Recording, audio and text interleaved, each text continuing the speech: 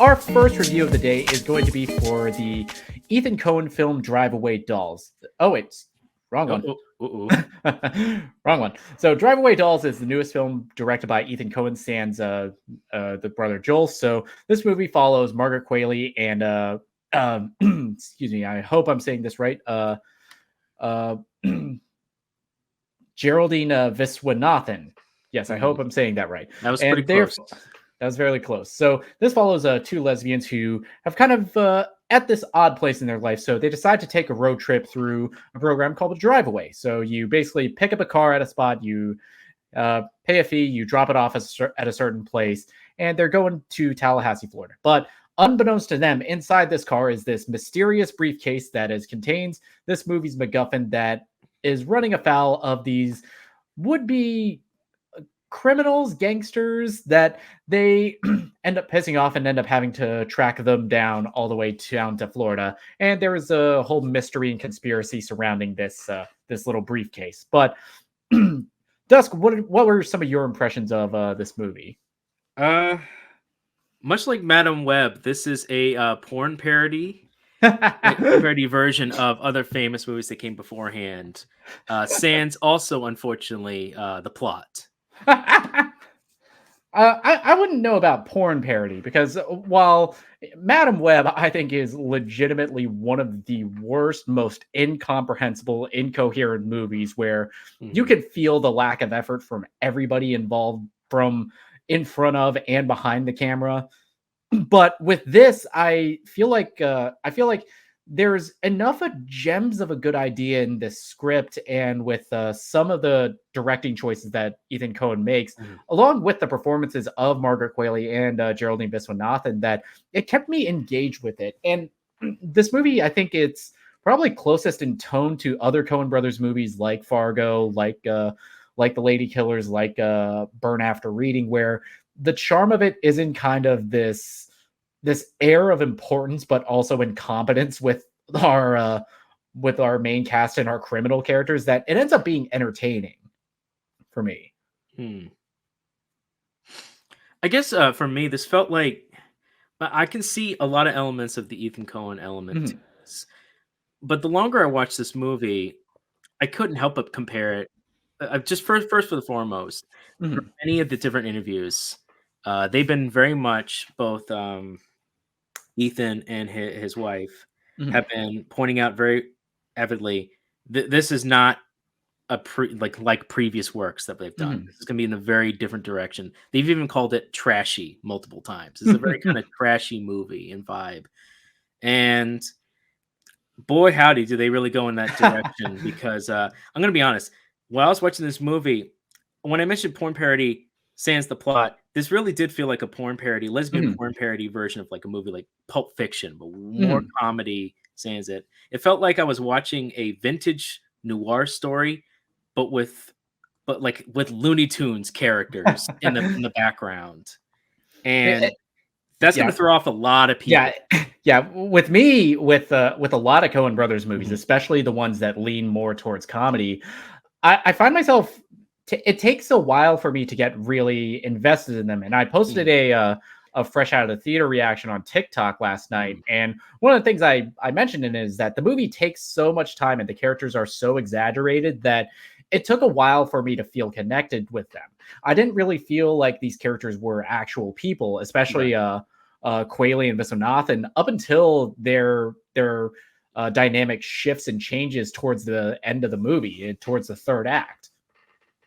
Yeah, I don't know, man. Even when it all the way through, it just didn't grab me. The story just it felt too loose. It felt like the story was both very simplistic, and the MacGuffin so underutilized. It almost underpinned other stories they had done before. And this felt almost more of a. And I did a little more research after I saw the movie. And this one definitely felt more of Ethan Coen's wife, Tracy. She did this one. This was a lot based on her life in the 1990s, growing up in New York, going to, as she's come out and said that she herself has come out as a lesbian. and that this kind of talks about her early youth, and you can actually more feel it. This felt more like another person's story, but Ethan happens to direct and work with it, as they so often have. They've done so with No Country for Old Men. They've done so in other works. So it's no surprise there. But this one definitely, it didn't hit that balance I was really hoping for. I mean, off the bat, the mechanics of the plot just simply aren't there. The two characters just really don't feel like they would be friends. I like Coleman Domingo, but he kind of just growls as like a crime boss, but he doesn't really have a character. And what even are the stakes of the scandal? That things that might happen and things that are later. I know there are things that we can say about the stakes of it, but that would give away a very important plot detail. Involving probably one of the more high profile actors that show up in this movie. And I kind of like what you said about balance, because where a movie like Burn After Reading, which is one of the Coen brothers movies that I always go back to, that movie balanced that dark comedy with that kind of that satire and absurdity that I think this movie really struggles with. And I even wonder, how much would this movie have improved, at least structurally, if it were a Coen brothers proper? If it were both Joel and Ethan? I think Joel brings, you can definitely tell the difference, because while this is Ethan's and his wife's contribution and their singular vision on this, at least, in comparison, Joel and his wife, who did a fantastic job as Macbeth, did the tragedy of Macbeth. Oh, the excellent Shakespeare adaptation, right? One of the best. And so you can just see a veering of directions of what they both wanted to kind of do. I think Joel really adds a heftness and a bit of a grounding, where it goes, okay, we can be comedy and dark comedy. I'm all for that, because I also have it in my stuff. But we need to have a grounding. We need a lightning rod to kind of contain some of the zaniness that we put in here, like Raising Arizona, or even just some of their earlier movies like Blood Simple. Even though it's a very noir and dark movie, there are some very subtle, humorous moments in it. Yeah, and with that zaniness, because this movie does get very silly. Like one of my, I think I feel like I like this movie a little bit more than you did, and one of the reasons is because the movie wasn't really afraid to get as crazy and as zany as it is. And one of my favorite moments is with the supporting cast with Beanie Feldstein and these two kind of incompetent thugs. Yeah. Since when do women curse like that? You know Jamie Dobbs? You know Jamie Dobbs? Should have known it was about that. And Marion Pahlavi? You shouldn't do that. He can't fight back. He can't hit a girl. He's old school. We just want to locate your friends. They inadvertently took something that belongs to us. We don't want to hurt them. They're not my friends. Hurt them as much as you want. Yeah. And moments like that got a big laugh out of me. But even now thinking about it, I was like, okay, but because with comedy, we say this all the time, is that the two most subjective genres are comedy and horror. Is like what makes me laugh might not make somebody else laugh. What scares you might not scare me. And all you can really say when you're reviewing a comedy is how well did it work for you? And for me, it very well did.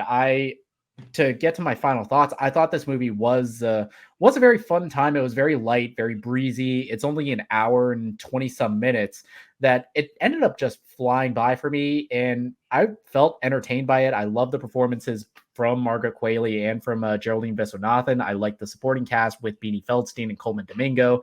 I liked I liked that this movie kind of subverted expectations, because the whole plot point is these are two lesbian characters going on a road trip in the South to Tallahassee, Florida, and we all know how much they love the LGBTQ there. Oh yeah, big fans. Yes, just the biggest. But it doesn't really lean into what you would expect with a setting like this, and that ended up feeling refreshing to me. So, but would I watch this again? I feel like with the Coen brothers, I feel like with their movies, I end up appreciating them more on rewatch. But would I recommend somebody rush out to a theater and see this? Probably not. I would say that this is on the lower end of a stream it. I had a good time with it, but it took so long for me to get invested in characters that I can't recommend it beyond streaming. Yeah, I'm kind of with you. And then that merit. I didn't like this quite as much as you did, but I try to Mhm. appreciate the small details and the elements. I did feel some of the editing was a little off Mhm. on some points, which is rare to see in a Coen Brothers movie. They're usually Mhm. masters their crafts on that. I don't know this. I really don't know where the vision for Ethan Coen and his wife, where it was similar, they were together on this, or if it was a separate story and an interpretation, because those do take vastly different Mhm. works on that. Uh, and then what they said is it is unfortunately trashy, but not in the best way. Mhm. It, Yeah, it yeah, because there's a way to do trashy cinema, mm, and there are guys who really specialize with it. Guys like a Christopher Landon a little or bit. John Guys like Waters a John Waters or or Russ Myers, who was a beat, and Roger Corman, who were B movie Mhm. kings. Yeah, and all of that comes from sincerity Mhm. in what you're trying to make. Even a movie like The Room, which is on any objective scale not a good movie. Yeah. But will I watch it every time I see it available? Hell yes, I will. Hmm. Yeah, the movie has a lot of elements of trashiness that John Waters does, but it doesn't have the earnesty that John Mhm. Waters never looked down on the people, the movie he was making. He did seem to have a love, and I've Mhm. actually been fortunate enough to meet him in person. He's a very, very nice, wonderful guy, despite what he is. Funny that he makes, he likes pushing the envelope. And this movie is too expensive to be like a Russ Myers or a Roger Corman joint. So it kind of falls in this weird middle where it doesn't quite find the balance it really quite should. Did I hate it? No, I didn't quite hate it Mhm. at all. But I can't really give it anything better than a low stream it. Mhm. It's not quite a skip it. It Mhm. bordered on it on occasions. But but some elements worked enough that I couldn't justify putting it into the skip it category completely. Yeah. Well, go ahead. Yeah, for me, with worse actors or Yeah. with like fewer laugh out loud funny moments, which I felt like you had in here, this Mhm. would have been a skip it. Yeah. Uh, I think it'll be on the lower totem pole of Mhm. the Coen brothers echelon. And this really is even with the low streaming I give it, if you're going to know right away whether or not this is your bag or not. And this might be a skip it Mhm. for you. But I think for genuinely most people, or at least for people who are Coen brothers fans, this is going to be kind of a hard one to kind of deal with. But I don't know. If you check it out on streaming, watch it. And if you like the beginning, you're probably gonna like the rest of it. Just know that it starts off pretty slow and it doesn't really kick. It doesn't really even have. Oh man, it doesn't really even have an end. Really, if I'm being honest, it just you're just going on like one of those Yeah, Euro trips, like one of it those movies. It's just yeah, a trip movie. it felt like it was it felt like it wanted to be this very kind of slice of life, Hmm. kind of fun road trip movie. But even the road trip movies that I like still end up having like a through line that I could Yeah. follow narratively, even as wacky and as zany as those get. How a lot of movies like that end up just delving into just nonsensical non sequiturs. They still have a through line and an end goal. Yeah. Yeah, this movie didn't quite have any of that really. And when it really comes to the end of it, you kind of just go, that's it. And that, I mean, all the it, yucks aside, it you did know. end on I think a line that got a really hard laugh out of me. Mhm.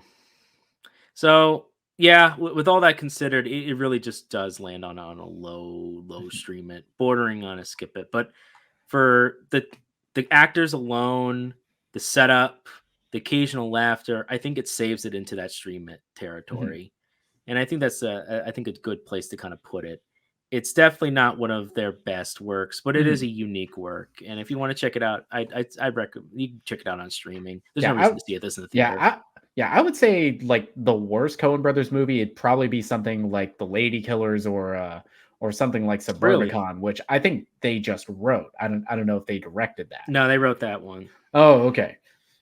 Lady Killers, they were more involved in. That one Yeah, was not yeah, bad. that movie I'm not crazy about. I can But understand that. That one's very cartoony. mhm. Yeah, but that was our review for Drive Away Dolls.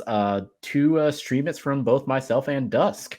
What did you guys think of it? Let us know down in comments below Please when do. we eventually post this to the YouTubes.